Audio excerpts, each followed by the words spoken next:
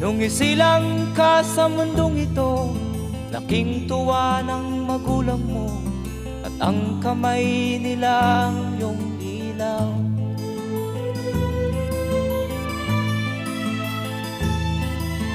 At ang nanay at tatay mo'y di malaman ang gagawin, minamasdan pati pagtulog mo.